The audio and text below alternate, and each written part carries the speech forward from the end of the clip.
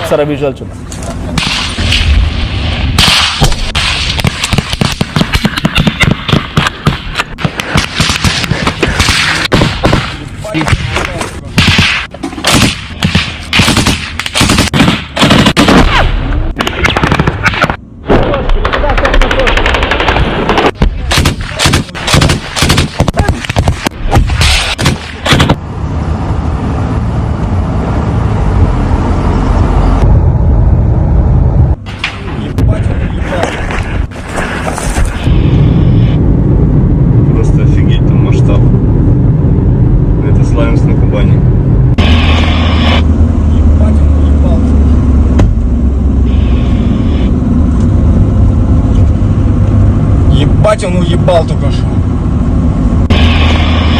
Right, ప్రస్తుతానికి Russia target ఏంటో తెలుసా?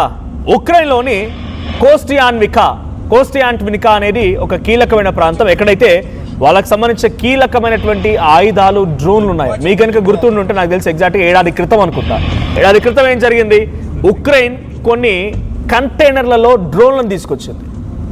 ఎక్కడి నుంచి వచ్చాయి కంటైనర్లు? రష్యా కళ్ళుగప్పి నావిగేషన్లని మొత్తాన్ని బుడిగొట్టించి ఎటువంటి టెక్నాలజీకి అంతు చిక్కకుండా రష్యాలో తిరిగేటువంటి కొన్ని కంటైనర్లు, ట్రాన్స్పోర్టింగ్ కంటైనర్లో డ్రోన్లు వస్తాయి. వచ్చి రాగానే ఒక 10 కంటైనర్ల నుంచి గాల్లోకి డ్రోన్లు ఎగరడం, ఆ డ్రోన్లు అన్ని వెళ్ళిపోయి ఒక దాని ఏమంటారు ఎయిర్ ఫోర్స్ పై అటాక్ చేయడం, ఎయిర్ బేస్ పై అటాక్ చేయడంతో 32 యుద్ధ విమానాలు పూర్తిగా నుజ్జు అయిపోయాయి. వాటిని పేల్చేసింది ఆ డ్రోన్లన్నీ కూడా, 32 యుద్ధ విమానాలు.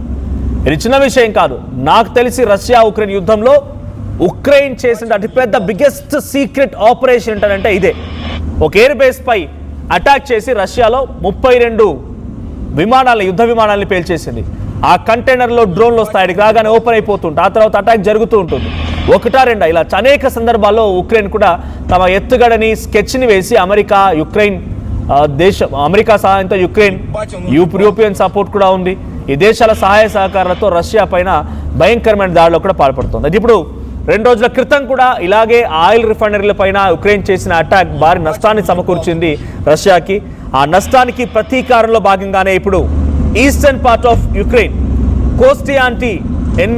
కోస్టియాన్వికా అనేటువంటి ఆ నగరాన్ని చుట్టుముట్టి అక్కడ రక్షణ వ్యవస్థలో కీలకమైనటువంటి ఫోర్ట్రెస్ బెల్ట్ లో భాగంగా చిన్న చిన్న దళారులు చొరబడి డ్రోన్లు, గైడ్ బాంబులు, ఆల్జర్లతో రష్యా పైన ఒత్తిడి పెంచుతుంది ఆ ప్రాంతం. యుక్రెయిన్ సైన్యం ఇంకా నగరాన్ని నిలబెట్టడానికి ప్రయత్నిస్తోంది. రష్యా అక్కడ కొంత ఆందోళన క్రియేట్ చేస్తోంది. ఉక్రెయిన్లోని కోస్టియాన్వికా అనేటువంటి ఈ ప్రాంతాన్ని మొత్తాన్ని కూడా రష్యా తమ కబంధ హస్తాల మధ్య చుట్టుముట్టేసి అక్కడ భయంకరమైనటువంటి దాడులకు పాల్పడుతోంది. సో కనీసం ఇప్పటివరకు ఈ 24 అవర్స్లో 12 మంది చనిపోతే 40 మంది గాయాలయ్యాయి. దాంట్లో డ్నిప్రో, జపోర్జియా, సుమి, కార్కివ్ ఈ ప్రాంతాలు ఎక్కువగా దెబ్బతిరిపోయాయి ఉక్రెయిన్లో. సో అక్కడ కంప్లీట్గా కరెంట్, పవర్ సప్లై కూడా ఆగిపోయింది, ట్రాన్స్పోర్టేషన్ ఫెసిలిటీస్ ఆగిపోయాయి. ఇక ఉక్రెయిన్ ఎక్కువగా వాడేటువంటి డ్రోన్లతో రష్యా ఇంధనకు సంబంధించినటువంటి ఆయిల్ రిఫైనరీ కేంద్రాలని, రైల్వే మార్గాలని, సరఫరా చేసినటువంటి ట్రాన్స్పోర్టేషన్ని, మరీ ముఖ్యంగా క్రిమియా వైపుగా వెళ్ళేటువంటి లాజిస్టిక్స్ పైన కూడా. క్రిమియా అనేది ఒక ఐలాండ్, రష్యా ఎప్పటి నుంచో అక్కడ ఉంటుంది, అక్కడ బాగా వేయాలని చూస్తోంది. ఆ ప్రయత్నమే ఇప్పుడు భయంకరమైన యుద్ధంగా మారింది. సో క్రిమియా వైపుకు వెళ్ళేటువంటి ఆ లాజిస్టిక్స్, ట్రాన్స్పోర్టేషన్ మొత్తాన్ని కూడా దెబ్బతీసింది ఉక్రెయిన్. ఈ దాడులతో ఆ ప్రాంతాల్లో ఆయిల్ రిఫైనరీకి సంబంధించి అటాక్ తర్వాత ఆయిల్ స్కార్సిటీ ఏర్పడింది, ట్రాన్స్పోర్టేషన్కి ఇబ్బంది అవుతోంది, అనేక రకాలుగా ఇబ్బంది పడుతున్నారు. దీనికి సమాధానంగానే ఇప్పుడు ఉక్రెయిన్ పై అటాక్ చేసింది రష్యా. వ్లాదిమిర్ పుతిన్ ఉక్రెయిన్ ప్రతిపాదించిన పరస్పర దాడుల విరమణ తిరస్కరించారు అని చెప్పి రష్యా అంటోంది. డోన్ బాస్ మరియు ఉత్తర ప్రకటిత లక్ష్యాలు నెరవేరే వరకు కొంత యుద్ధం కొనసాగుతుంది అనేది రష్యా చెప్తోంది. అంటే వ్లాదిమిర్ పుతినే మాపై అటాక్లో భాగంగా ఆ సీజ్ ఫైర్ అండర్స్టాండింగ్ని బ్రేక్ చేశారని చెప్తూ ఉన్నారు అటువైపు జెలెన్స్కీ. సో ఉక్రెయిన్ జెలెన్స్కీ చెప్తున్న మాట అది. కానీ ఇక్కడ రష్యా ఏం చెప్తోంది? మాపై అటాక్ని మేము తిప్పికొడుతున్నాం అంతే. వ్లాదిమిర్ జెలెన్స్కీ ఏమంటారు? రష్యా శాంతి ప్రతిపాదన తిరస్కరిస్తోంది, రష్యా ప్రకటించేటువంటి సైనిక లక్ష్యాలను పదే పదే వాయిదా పడుతున్నాయని, ఉక్రెయిన్ తన ఖచ్చితమైన డ్రోన్ దాడులను కొనసాగిస్తుందని చెప్పుకొచ్చారు వ్లాదిమిర్ పుతిన్కి ఎగెయిన్స్ట్గా జెలెన్స్కీ. సో ఇప్పుడు రష్యా అనేది ఎక్కడ టార్గెట్ చేస్తోంది? తూర్పు ఫ్రంట్లో దాడులను మరింతగా వేగం చేసింది.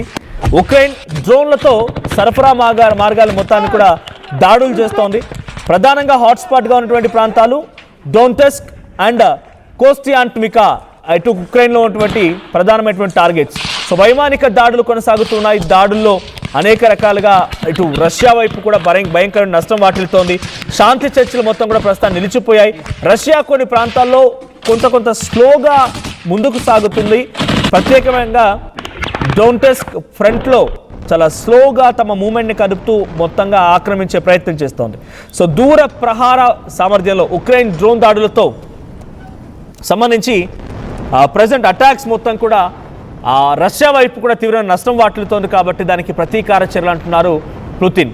సో ఇప్పుడు పుతిన్ చేసినటువంటి ప్రధానమైనటువంటి దాడి కోస్టియాంట్వికా, డోన్టెస్క్ ప్రాంతాల్లో, డ్నిప్రో ప్రాంతంలో, తర్వాత క్రిమియాకు సంబంధించినటువంటి లాజిస్టిక్స్ వెళ్తూ ఉంటే దానిపై అటాక్లో భాగంగా ఉక్రెయిన్ చేస్తున్న దాడులు కానీ దానికి సమాధానంగా అనేక ప్రాంతాలను టార్గెట్ చేస్తూ ముందుకెళ్తోంది రష్యా.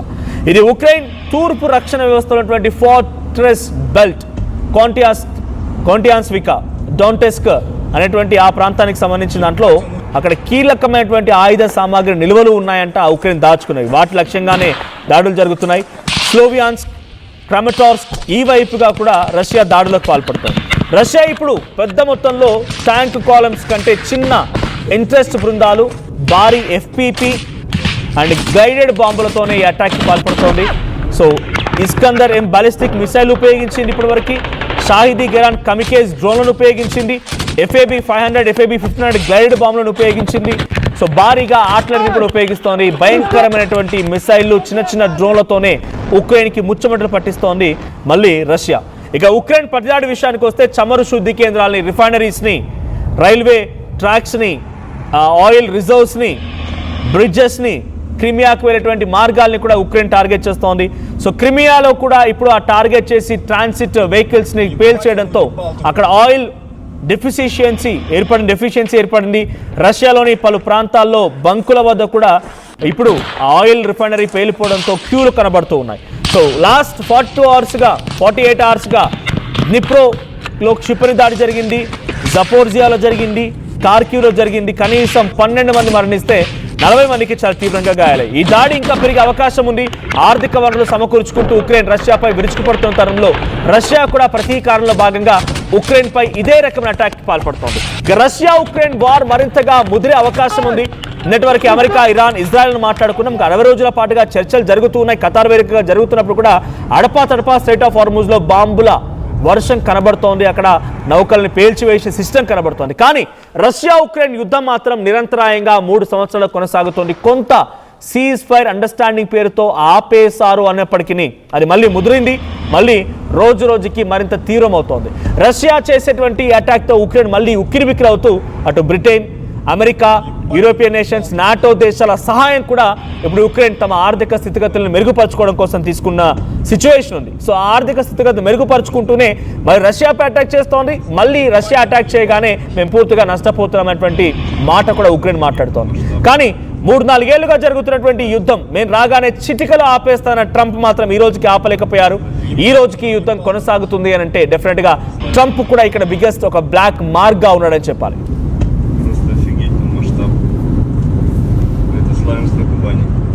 Ебать, он уебал только что. Просто масштаб. Это Славянск на Кубани. Просто офигеть, там масштаб. Ебать, он уебал только что. Это Славянск.